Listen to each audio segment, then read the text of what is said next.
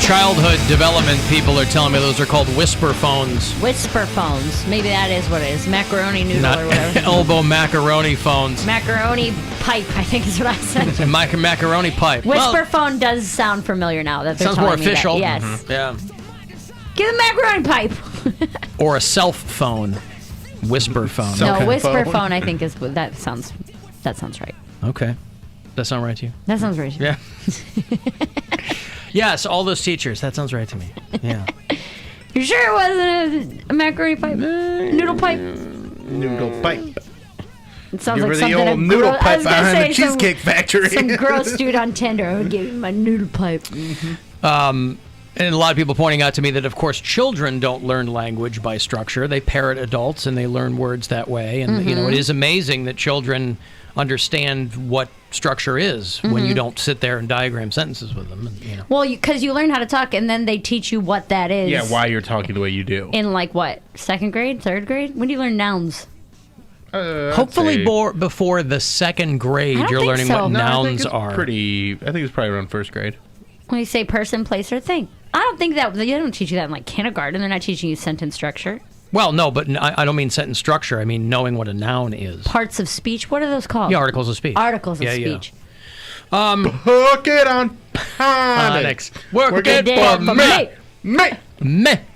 All right, I will have another $1,000 to give to you in about 3 minutes. Closer to 4:30 is your next shot to go fund yourself. This is the last week to do it, but through Friday night, you'll have about 16 chances every weekday. So good luck with that. It's called aphantasia.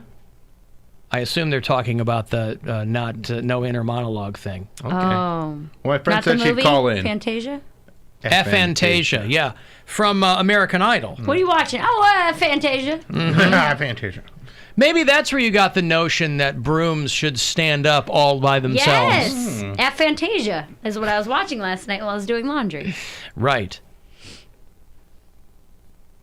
Oprah Winfrey, by the way, has gotten in on the whole Snoop Dogg v. Gayle King situation. You know, Gayle King taking a lot of heat over there because CBS cut up a promo where she was talking to Lisa Leslie, is that her name? Mm-hmm. From the WNBA? Mm-hmm. About Kobe Bryant. And then I played you that clip the other day of Snoop saying people were coming for Gayle King and blah. How dare you go against the come family. down on my boy? Square-headed bitch, yeah. what was it? Dog-headed bitch? Yeah, one of those Joe Biden insults. Now, of course, Snoop's walking it back, saying that he wasn't threatening Gayle King. Listen, whatever you think of Snoop Dogg, when it comes to women, he's always been the same guy. It's still respectful. No, it's still empowering. Still the hoes and bitches guy. No, still is. At least he sprays Dom Perignon on them. Yeah, whatever. You know, he's not out there with cooks. I mean, he's got a little bit of respect for them. Clearly, when it comes to black women, he doesn't like them. Mm-hmm. He's fine with Martha Stewart. Not calling her a hoe and a bitch. But boy, you throw a black woman out there, they're everybody's punching bag, including Snoop Dogg. Oprah was on the Today Show, I guess, perhaps as a proxy for Gayle King, competing network and all. And she was getting a little upset because Gayle's her girl. And you figure Oprah's rich enough where she doesn't have to distance herself from anyone. She can do whatever she wants. Anyone else in a less financially advantageous position, you'd have to distance yourself from Gayle King if the thing were really to get out of hand. And I just wondered just how she's doing. And she is not doing well. May I say she is not? She is not doing well because she has now death threats and has to now travel with security and death threats. People go right to death threats. People get angry.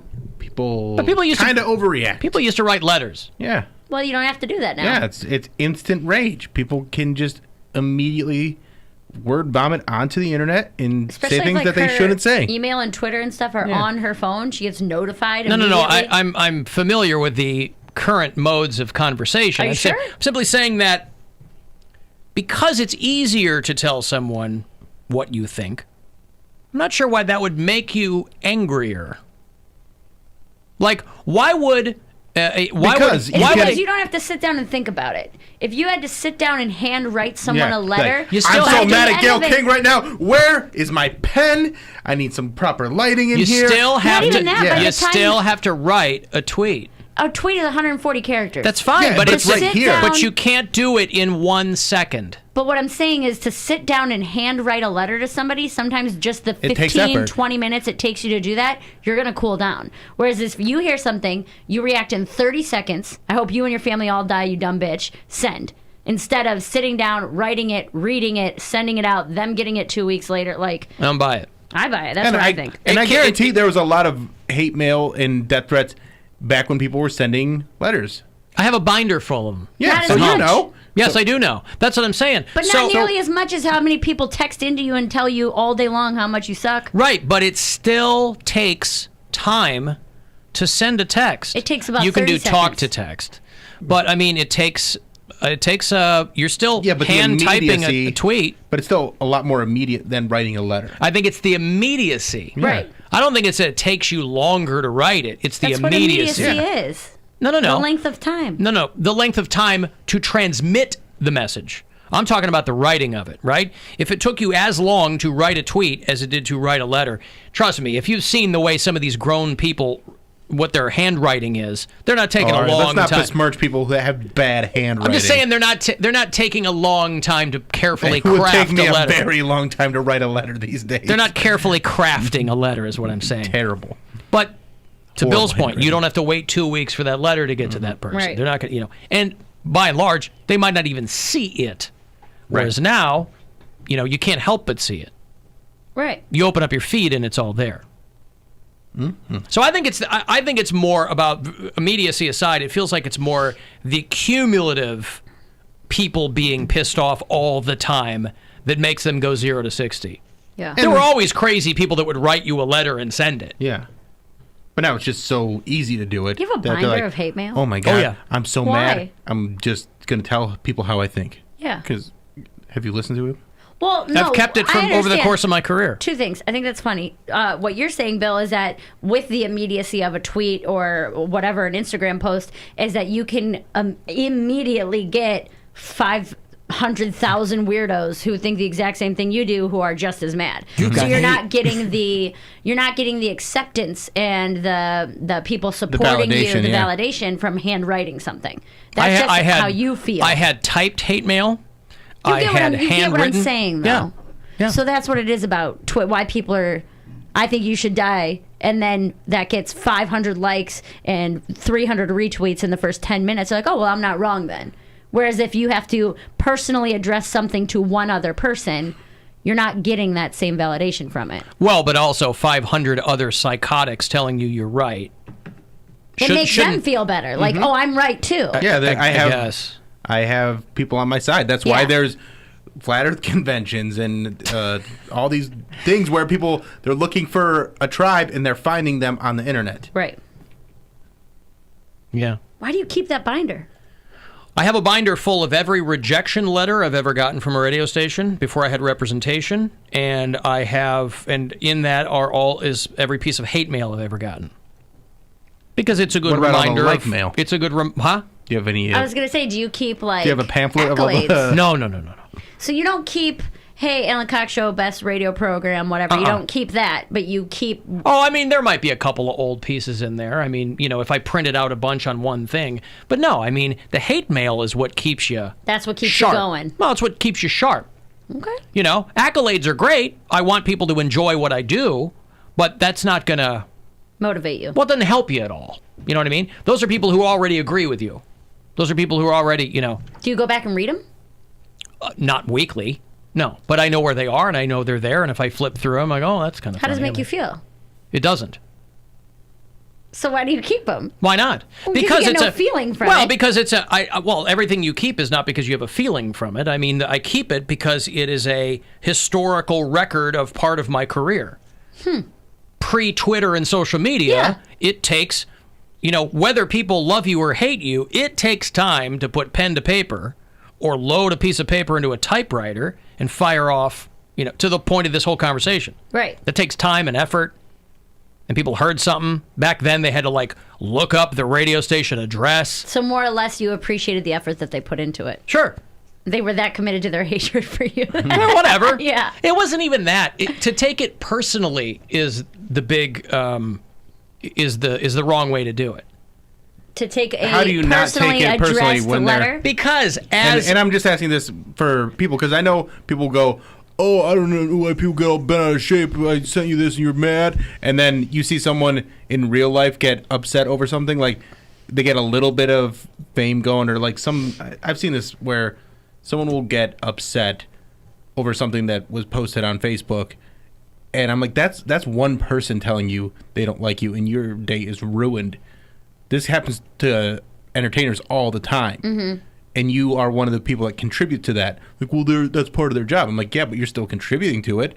Does that make you it's feel also good not about it? people could, well, let me give away this money and then I'll comment more on this. Hey, it's Rover. Go fund yourself.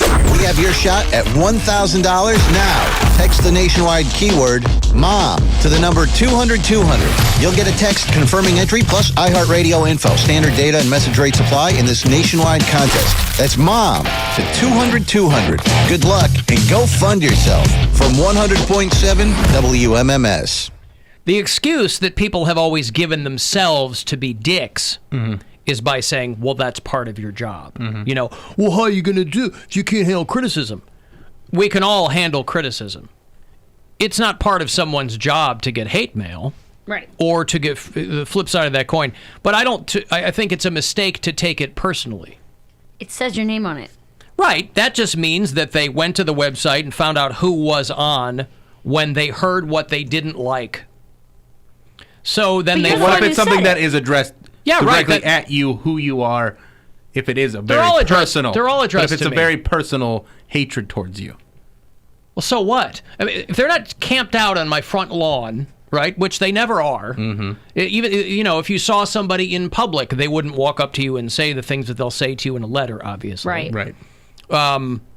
So, yeah, if somebody sent me a letter and I thought that they were really, you know, if I got bombarded by letters from one person, that's someone who's got a lot of time on their hands. Well, I got Oh, bombarded by what about somebody. They have a lot of focus, but Yeah. but the letters that I kept over the years, you know, to me, it's I think it's a mistake to take those kinds of things personally. They're pointing them at you, and you have said something that they don't like.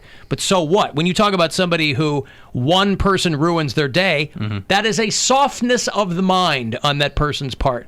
Well, because they're also not used to it. They're not used to Well, someone. perhaps they shouldn't be a performer then. Well, no, this is not a performer. This is like a regular person that has a post that gets like a little bit of heat on it, and then people are attacked because everybody else is like, hey, I like this, and there's that one person that doesn't like it, and that's all they obsess over. Well, is that one person? but Because that's one person. experienced it. That's fine, but I mean, before. after you have experience, I would think that even in that Oh, yeah. situation, you'd go, okay, one person out of 500 is not going to ruin my day. But it And does to some people. Well, that's on them. Yeah, comedians. That's on them. That's not on the person. You know, because the person might figure that they don't know that they're 1 out of 500. Only you know that, right? Right. Only you can see the sum total of the pluses and the minuses. You know, I get texts all the time from people who will bitch at me about something and go, oh, I know all your listeners think X, Y, and Z. I'm Right. like, you don't know dick about my audience. Right. I know about my audience because I see the sum total. You don't know anything. You know what I tell you. Like, you don't know how any of this works. You know, people love to pretend like they know. They got some inside information. You don't. You don't know anything. I remember when So I'm not going to take it personally. I mean, like, if you don't like what I do, that's a perfectly valid opinion. That's fine. I like specifics. Right. Why am I going to let someone ruin my day if it's some blanket statement over something? Yeah. That's somebody literally trying to get a reaction. And sometimes, yeah, I'll go back and forth with somebody, but usually not. I remember So when it's silly to take it personally. when I first got hired, someone was trying to explain to me, like they're like anonymously, they're like, I used to work in the business and I know the show's not doing good, blah blah blah, and you're part of the reason it's not doing good. And then we got ratings and they were really good. It's the #1 show. Yeah, and I was like, well, okay, so this is just something that people will do. Well, but also you lost me at I used to be. Yeah. There's a lot of Right. used to be Yeah. out there. I used to be. And I'm like, okay, You're I not used to be a anymore. waiter. Yeah. I'm not anymore. But you could be again. I believe in you. There he When is. it all goes south for me in showbiz. AC Crumb Catcher. That's right. Making his triumphant return. I'm going to be right there with my bow tie on, taking your order. And how would you like that cook, sir? Warm Cool Center? Okay. Didn't you used to Warm, be? cool Yeah, I center. used Warm, to cool be. center. Warm, cool You're center. fired. This is why I'm not a bartender anymore. How do you want your burger? Warm Cool Center? They're like, is that medium? I guess. I don't know. Warm, cool center. That's how I'd like my Manhattan, please.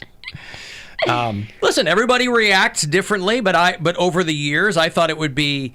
I started because I thought it would be funny, right? To keep the the radio stations that rejected me, two of whom would later go on to say we changed our mind. And then, the people who don't like you. You just send them their rejection letter back. You know what? I have, to a certain degree, I have that a little bit because I have this grandiose idea in my mind, right? I get rejected from a lot of comedy festivals. And I have a very strong feeling in my heart that in a few years, these same comedy festivals are going to ask me to come. And they probably will. And I'm going to send them back the email that they sent me and be like, hey, sorry, I got asked by a lot of festivals this year. And you know what? You guys just didn't make the cut. This doesn't mean that you're not a good festival. You should just resubmit next year at a higher rate. That's taking it personally. I absolutely take it personally. That's silly. I keep them in a binder in my email for revenge. That's somebody saying, look at this positive energy I'm getting. I'm going to turn it. I must turn this into negative energy and send it back. Because they were so mean to me for so long. So what? You're right. I'm going to do it. You know what I mean? Like any one of us are one of hundreds of people in our profession. Yeah. If I were to focus on like how much credit I don't get in this company, I drive myself crazy. Yeah. But I don't, because whatever. I got a show to do. I got to talk to. really hard to measure. I got to talk to Bill's ex-girlfriend when we come back. The one who was screaming at him on the phone. What are we talking to her about? Oh, she's the one with the brain thing? Yeah. Okay. She speaks in the microphone. Yeah. Or the microphone. Macaroni noodle. The macaroni noodle. Macaroni pipe. All right. Let me break. I'm going to have Incubus tickets for you on the way back. Amidst all these other tours, Incubus said they're going to come play Cleveland, too. That's going to be out at Blossom on August the 26th with 311. So if you want to see Incubus, I'll get you set up here. 35192. You want to text or AlanCoxShow.com for everything else. It's the Alan Cox Show on 100.7 WMMS. And everywhere you go on our free iHeartRadio app. 1964.